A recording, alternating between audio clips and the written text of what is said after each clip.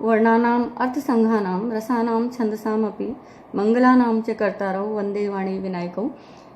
बच्चों, नए सत्र की बहुत बहुत शुभकामनाएं। बिल्कुल अलग समय आ गया है। एक समय था जब हम 1 जुलाई को क्लास में पढ़ाना शुरू करते थे, लेकिन आज बहुत बड़ी विपत्ति कोरोना की विश्व पर आई हुई है और इस विपत्ति में भी आपका ज्ञानार्जन अध्ययन अध्यापन रुके नहीं। इसलिए हम लोग ई कंटेंट से ऑनलाइन क्लासेस के माध्यम से आपको अनवरत जो आपके सिलेबस पाठ्यक्रम में जो बिंदु दिए गए हैं उनको आप तक पहुंचाने का प्रयास करेंगे। तो आज हम लोग स्नातक प्रथम वर्ष के बच्चों के लिए प्रथम प्रश्न पत्र में जो आपके प्रस्तावित है कुमार संभवम का पंचम सर्ग, उसको हम पढ़ेंगे। महाकवि कालिदास ने एक अलग उनका स्थान है संस्कृत साहित्य आकाश में। ऐसा नहीं है कि भारत में, बल्कि विश्व में वो सर्वमान्य है, मूर्धन्य है। इसीलिए विद्वज्जनों में ये पद्य प्रसिद्ध है कि कालिदास के समकक्ष अन्य कोई कवि साहित्य में अब तक नहीं हो सका है। और इसीलिए कहते हैं पुरा कवि नाम गणना प्रसंगे कनिष्ठिकाधिष्ठितः कालिदासः अद्यपि तत्तुल्य कवेरभावात् अनामिका सार्थवती बभूव। अर्थात पहले कवियों की गणना के प्रसंग में कालिदास को जब पहली उंगली पर कनिष्ठिका पर गिना गया, तब दूसरी उंगली पर गिनने के लिए उनके समान, उनके समकक्ष कोई कवि नहीं हुआ। इसलिए दूसरी अंगुली का नाम अनामिका हो गया। और आज भी ये कहावत चरितार्थ होती है कि कालिदास जैसे दूसरे कोई नहीं है, चाहे उनकी भाव संप्रेषणीयता हो, चाहे उनका प्रसाद हो, उनका माधुर्य हो, उनकी उपमाएं हो, उनका अर्थांतरन्यास हो, उनका प्रकृति चित्रण हो, उनका सारा जो काव्य विलास है उसके समकक्ष आज तक कोई कवि नहीं हुए हैं। ये बात वस्तुतः सत्य है। कालिदास की रचनाएं आप सब जानते हैं, परंतु हम बताएंगे आपको कि कालिदास की 7 रचनाएं प्रसिद्ध है। महाकाव्य हैं उनके 2, रघुवंशम और कुमार संभवम। उनके 3 नाटक हैं, अभिज्ञान शाकुंतलम, विक्रमोर्वशीयम और मालविका अग्निमित्रम। और इसके अलावा उनके 2 खंड काव्य हैं, मेघदूतम और ऋतु संहारम। कोई भी काव्य की जब बात होती है तो ये कहा गया है नाटकांतम कवित्वम। कवित्व जो है वो नाटक में चरम उत्कर्ष पर होता है, नाट्य में काव्य कला चरम उत्कर्ष पर होती है। तो कवि ने ये सिद्ध किया है कि उन्होंने नाट्य में अभिज्ञान शाकुंतल को लिखा है, जो अभिज्ञान शाकुंतल वैश्विक स्तर पर कवि इसका भाव विभोर होकर के बहुत सुंदर वर्णन करते हैं। जबकि हम कहते हैं काव्येषु नाटकम रम्यम तत्र रम्या शकुंतला तत्रापि चतुर्थो अंकः तत्र श्लोक चतुष्टयम्। कालिदास का सर्वस्व है अभिज्ञान शाकुंतल, इसलिए कहते हैं कालिदासस्य सर्वस्वम अभिज्ञान शाकुंतलम।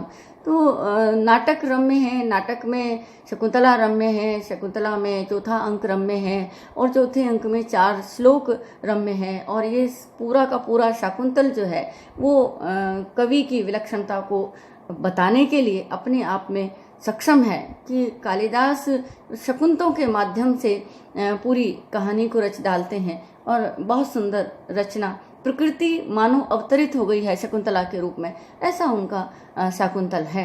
यहाँ पर आपके पाठ्यक्रम में रघुवंशम और कुमार संभवम के सर्ग हैं, इसलिए आज हम कुमार संभवम की बात करेंगे।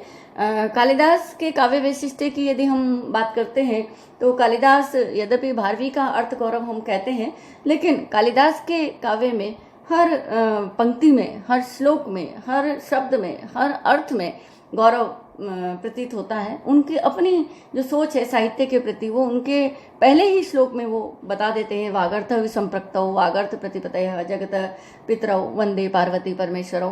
वो वाणी और अर्थ का जो मेल है, उसका सुंदर जो सामंजस्य है, उसका प्रतिमान वो अपने श्लोक में प्रकट करते हैं। तो उनके शब्दों में अर्थ का गौरव है और उनके अर्थ का गौरव उनके शब्द प्रकट करते हैं। उनकी उपमाएं अनुपम है और ये कहा भी जाता है उपमा कालिदासस्य। उपमा तो उपमा बस कालिदास की उपमाओं में जो सौंदर्य है, जो सटीकता है, जो प्राकृतिक उनके उपमान है, जो उपमा इतनी सटीक कि हम जो महसूस करते हैं वो बहुत सुंदर भाव होता है। और जो उनका रस का प्रयोग है वो अद्भुत है, विलक्षण है। वो हम सारे उनके काव्यों में देखते हैं, लेकिन यहाँ हम कुमार संभवम के प्रसंग में देखेंगे। और उनके रस प्रयोग को देख करके ही राजशेखर ने कहा था, भासो हास कविकुल गुरु कालिदासो विलास है। उनकी जो अलंकार योजना है वो विलक्षण है। अर्थांतर न्यास के लिए वो जाने जाते हैं, उपमाओं के लिए वो जाने जाते हैं, इसलिए अर्थांतर न्यासे कालिदासो विशिष्यते ऐसा कहा जाता है।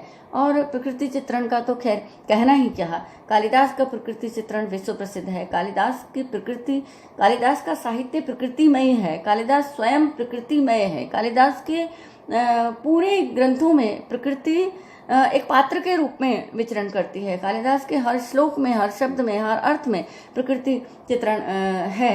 और वो प्रकृति नहीं है बल्कि वो देव है। वो सारा संदेश प्रकृति के माध्यम से कहलाते हैं। वो एक तरीके से प्रकृति को अपने साहित्य का, अपने जीवन का एक अभिन्न अंग मानते हैं। तो कालिदास प्रकृति चित्रण के लिए विशिष्ट रूप से जाने जाते हैं। तो हम कुमार संभवम में ढूंढेंगे अर्थ गौरव, वहाँ पर उपमाएं, वहाँ रस का प्रयोग, वहाँ पर अलंकार योजना, वहाँ की प्रकृति चित्रण। और कुमार संभवम का पंचम सर्ग आपके यहाँ पर है कोर्स में, लेकिन कुमार संभवम का छोटा थोड़ा सा परिचय हम यहाँ देखेंगे कि कुमार संभवम महाकाव्य है।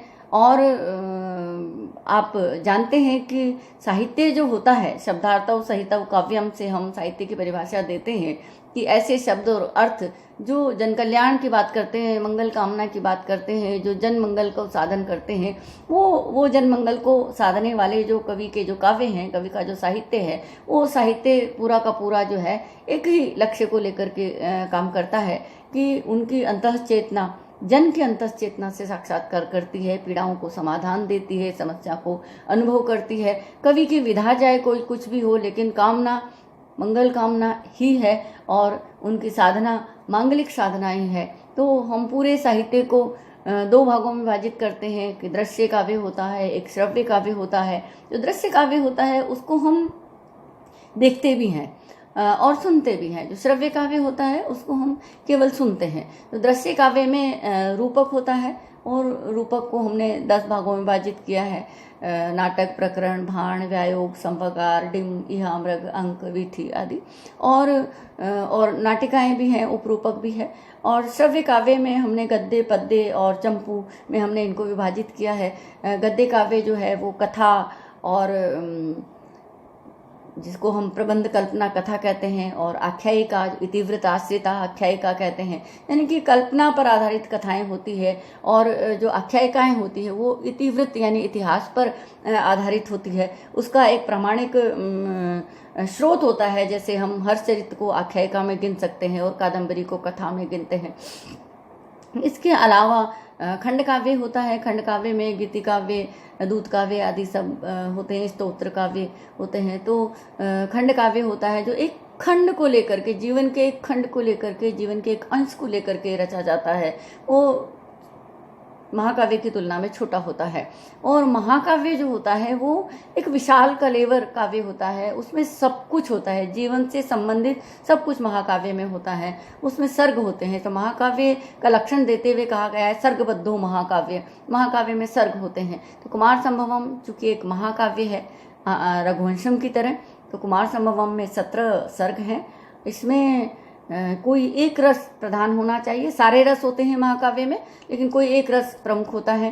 तो श्रृंगार रस इसमें प्रमुख है, क्योंकि ये शिव और पार्वती की कहानी है। वो विरह और संयोग की कहानी है। भले ही उसमें तपस्या मुख्य है, लेकिन प्रणय मिलन, प्रणय प्रस्ताव और शिव और पार्वती का मिलन इसका लक्ष्य है। कुमार कार्तिकेय की उत्पत्ति इसका लक्ष्य है।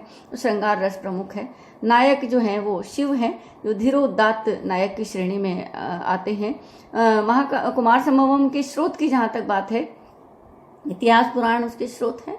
कुछ साहित्यकार इसका स्रोत वाल्मीकि रामायण को मानते हैं और कुछ साहित्यकार इसके स्रोत को महाभारत मानते हैं। दोनों ही ग्रंथों में इसका उल्लेख है, कामदेव के भस्म होने का और कार्तिकेय की उत्पत्ति का।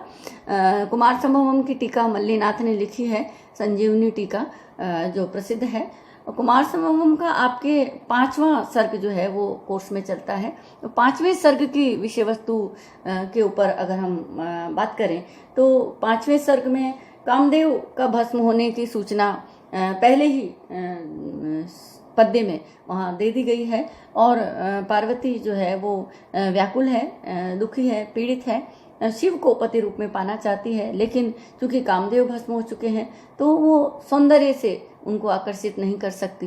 तो इस लिए वो ये कहती है कि ऐसा सौंदर्य निष्फल है जो प्रिय को आकर्षित न कर सके, प्रिय को अनुरागबद्ध न कर सके।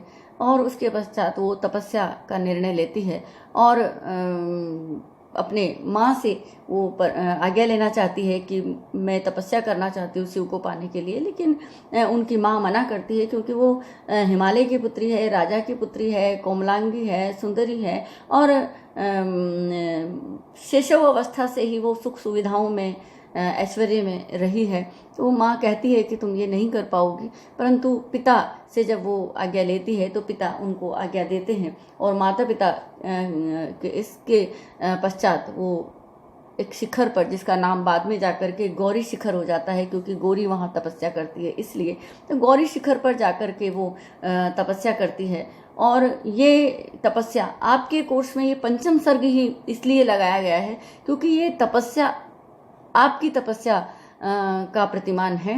एक विद्यार्थी की तपस्या वैसी होनी चाहिए जैसी पार्वती की तपस्या है। तो पार्वती वहाँ जाकर के तप करती है और उस तपस्या की पराकाष्ठा तक वो तप करती है। विद्यार्थी की तपस्या की पराकाष्ठा भी वैसी होनी चाहिए, इसीलिए आपके सिलेबस में, कोर्स में ये पंचम सर्ग रखा गया है जो तपस्या का प्रतिमान प्रस्तुत करता है कि जब किसी लक्ष्य को लेकर के हम लोग कार्य प्रारंभ करते हैं तो उसमें हमारा प्रयास, हमारी निष्ठा, हमारी आस्था किस प्रकार की होनी चाहिए, वैसी जैसी पार्वती की थी शिव को पाने के लिए। तो पार्वती की तरह अगर विद्यार्थी तपस्या करता है लक्ष्य को पाने के लिए तो निश्चित ही वो शिव को पाता है। शिव को पाता है अर्थात कल्याण को पाता है, अर्थात वो मंगल को पाता है। और शिव और सती का जो मिलन है, जो शिव और शक्ति का जो मिलन है, ये मिलन पूरे संसार के कल्याण का प्रतीक होता है।